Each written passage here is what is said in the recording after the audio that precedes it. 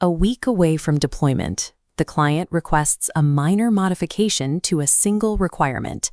A developer updates one class, and the entire system fails. Engineers often refer to this progressive decay as software entropy or code rot, treating it as an unavoidable physical law of aging systems. It is not. Software does not decay, it becomes entangled. In a highly interdependent system, there is no such thing as a local fix. Changing the logic in a billing module sends unseen shockwaves through the reporting and user interface layers. The consequences escalate quickly.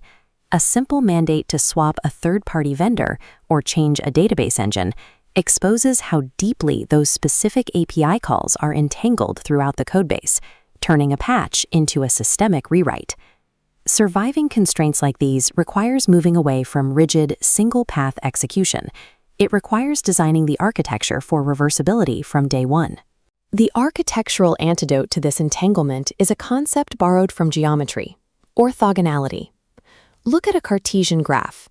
If a point moves along the horizontal axis, its position on the vertical axis remains completely unchanged. The two lines are independent. They are orthogonal. Applied to software, orthogonality dictates that changing one component must have zero secondary effects on any other component. A legacy codebase is a web of overlapping responsibilities. An orthogonal system isolates components with singular, well-defined purposes. By enforcing strict geometric boundaries between modules, the system absorbs shifting market requirements without collapsing. To understand the danger of a coupled system, look at the mechanics of a helicopter. A pilot relies on three main controls: the collective pitch lever in the left hand, the cyclic stick in the right, and the foot pedals. If you pull the left lever to generate lift, the nose instantly drops. To compensate, you have to pull back on the right stick, but moving the right stick alters your torque, forcing you to adjust the foot pedals to keep the tail straight. Every single input alters all the other forces. The cognitive load on the pilot is exponential because no control works in isolation. When software logic is intertwined the same way, developers spend their time managing secondary effects rather than building features. In an orthogonal architecture, components are decoupled. If a specific module contains a bug, it can be surgically excised and rewritten without infecting the surrounding code. You limit the blast radius. Even in decoupled systems, structural decay often starts internally through duplicated knowledge. The dry principle, don't repeat yourself, is rarely about copying and pasting syntax. It is about how a system represents facts. Consider a simple class built to represent a line. It contains variables for the start point, the end point, and the length. The moment you move the start point, the stored length variable is mathematically incorrect. The system now contains a contradiction. The solution is to remove the independent variable entirely. Calculate the length on demand based on the 2 points. Unnormalized data creates a maintenance debt. Every update requires a developer to remember multiple locations where the same piece of business logic lives. When they forget, the application state breaks. There are valid reasons to violate this rule, like caching expensive calculations for performance. But when you do, that logic must be contained strictly within the module, hidden from the outside world. Eradicating duplicate logic leaves every piece of knowledge with a single, unambiguous, authoritative representation. When you combine orthogonality with single representations of knowledge, you can begin layering a system for enterprise-scale reversibility. Modern architectures are highly stratified. Application logic sits on top, routing through middleware or abstraction interfaces, down to the database and infrastructure at the base. The rule here is absolute. A layer uses only the abstractions provided by the layer directly below it. Imagine a sudden management mandate. The application you built for a cloud database now needs to deploy locally on a standalone machine.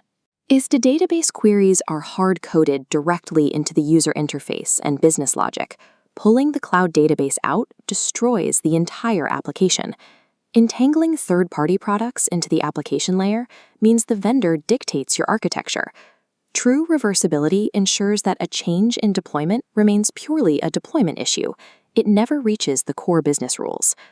Let's run that exact same mandate against an orthogonal, layered architecture. The cloud database is removed. The abstraction layer absorbs the dependency loss. A local file system interface slides in. The application code above remains completely untouched. By treating the database simply as a service that provides persistence, you retain the strategic option to swap vendors at any time. Reversible systems do not predict the future. They provide architectural insurance against it. Proving that an architecture is truly reversible requires a specific method of validation. Teams often rely on prototyping, building isolated mock-ups of a user interface or an algorithm to see how a specific feature feels. A prototype glosses over the details. It explores specific logic, but ignores the cohesion of the complete system. Once the prototype is approved, teams often attempt a big bang integration, pouring complex business logic in, and discovering their decoupled layers do not actually communicate. The alternative is tracer code. Like a tracer bullet showing exactly where a shot lands, tracer code establishes a lean end-to-end pathway through every layer of the architecture. You do not throw tracer code away. It is not a mock-up. It is fully functional, production-grade code. It simply lacks full features. It guarantees that your components communicate properly from day one, proving the structural integrity of your system before heavy logic is added. By eradicating duplication, enforcing orthogonal layers, and validating through tracer code. These principles keep code pliable, allowing it to survive long-term maintenance cycles. The hardware your software runs on, the vendors you rely on, and the users you serve are in a constant state of motion. The foundation of advanced software engineering is recognizing that there are no final decisions. Superior architecture assumes flux. It turns a late-stage pivot from a catastrophic failure into a routine, low